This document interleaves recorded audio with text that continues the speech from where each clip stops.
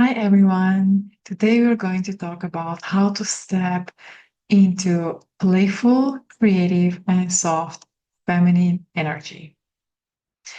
And maybe you're asking yourself, why would I even want that in the first place? Well, you probably know that feminine and masculine energies are polar opposites. Feminine energy is of receiving, and masculine energy of giving. We obviously have both energies. However, if you want to tap more into feminine or divine feminine and open up to receiving, I encourage you to really stretch yourself. Because in our society, women were not taught, or rather, we were conditioned not to embrace our feminine energy in its totality. But it's not about embodying it with force, but allowing the heart and just life to bring that in us and or to awaken it, obviously with our help. And before we dive into it, we need to have a firm foundation. So there are certain things that you need to have in place in order to start cultivating or allowing this feminine energy to naturally radiate through you. You know, it's like setting up a soil.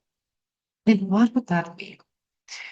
What I'm talking about is this feeling of balance in your life, not feeling depleted. Because feeling depleted is something that sucks our feminine energy. What I invite you to do is to assess each area of your life and see where are you overgiving or where do you feel drained or you feel you're just investing so much, but there is hardly anything that you're getting in return. Chances are that you're not in your feminine energy.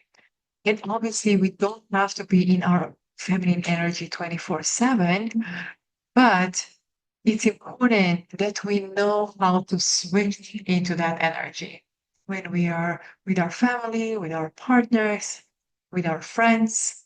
And usually, when we are working, we are in our masculine energy. So, in this video, I won't go into details in building our foundation.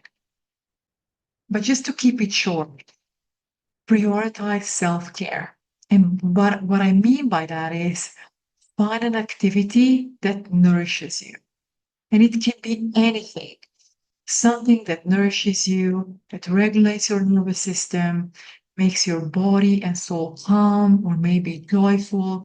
It's just important that after this activity, you feel rejuvenated. That's it. And I also would like you to, when you pick something, be consistent with it. Think of it as brushing your teeth. When you do it every day, it's great. It works, right? It's different to if I were to say, oh, just do it once a month for 2 hours. It's not the same, right? Every day, little increments really work. I especially invite you to do that if you find yourself in the martyr energy.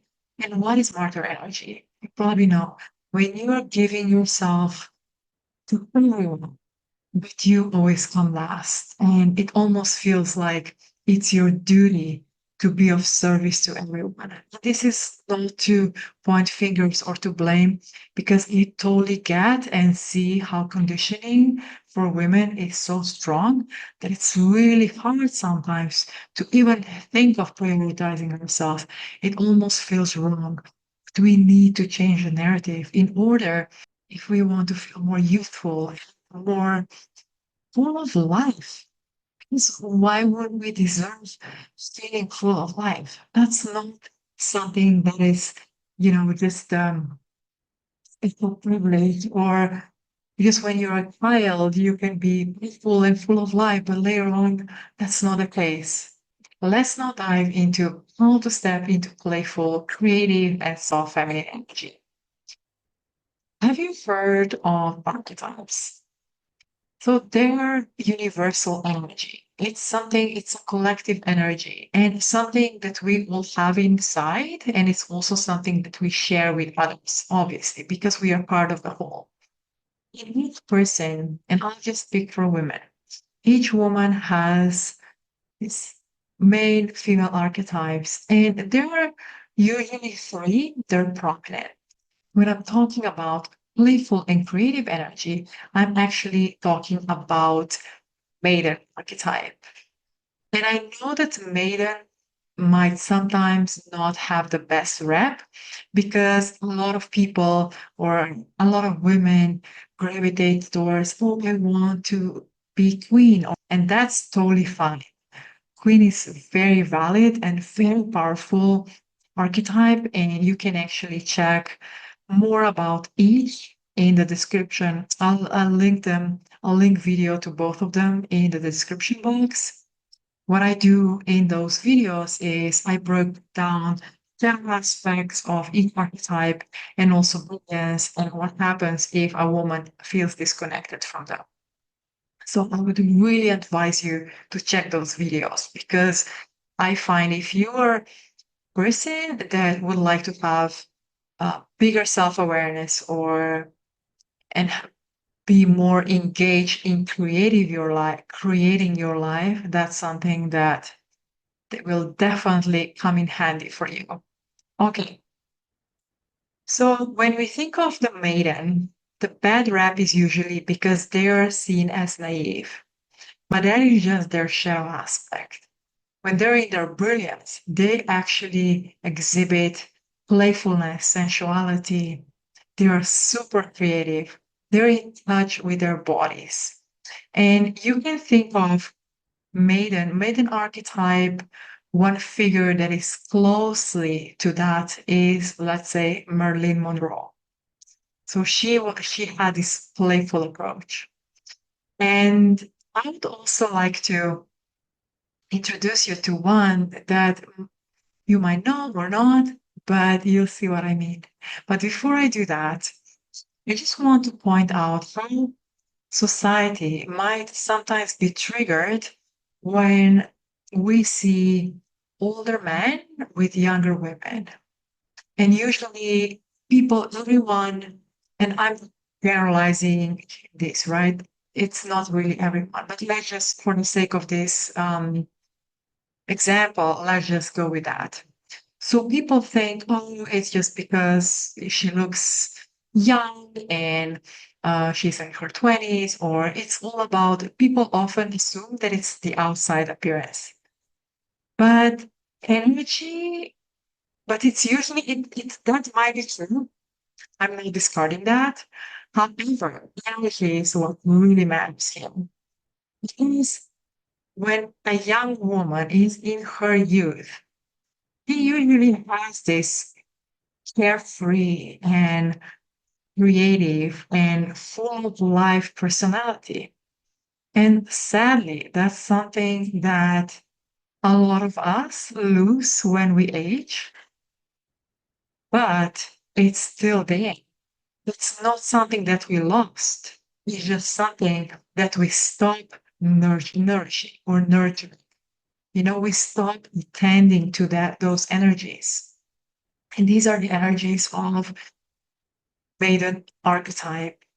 And now I'll share who I find it's the most brilliant and fabulous representation of the maiden archetype, which is Iris Apfel. So she is no longer with us. I think she passed, was it this year or last year? I think it was this year. He was 102 years old. He's a fashion icon. And I would say till the last, I don't want to say till the last day because I don't know how those days were for her. But what I've seen, she was just this person that radiated all the creativity, life, passion. excitement. And she was old, but she even called herself the world's oldest teenager. So you know what I mean. It's not really about the physical age. It's really about cultivating that power, that energy of youth inside of you. And that's something that the Maiden archetype can definitely help you. And I'll give you two ways how to do that. As you've heard me talking, creativity is really important. And I'm not talking about you needing to be a writer or a painter or a photographer. It's not that. But it's just you imagining that you are a vessel for life and asking yourself, if my heart was happy, what would my heart want to create right now? Or what would my hands want to create? Or how would I want to express myself? Want to do?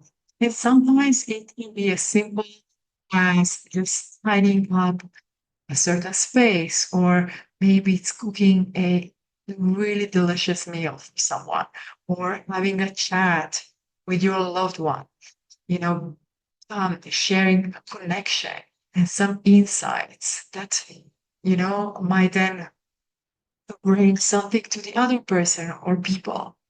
It doesn't really matter, but it's important that you allow life to flow through you, through your body. So that's one thing. The second thing, since I mentioned the body, is really feeling connected to your body. And that can be through different forms of sensuality, really paying attention to what does your body need.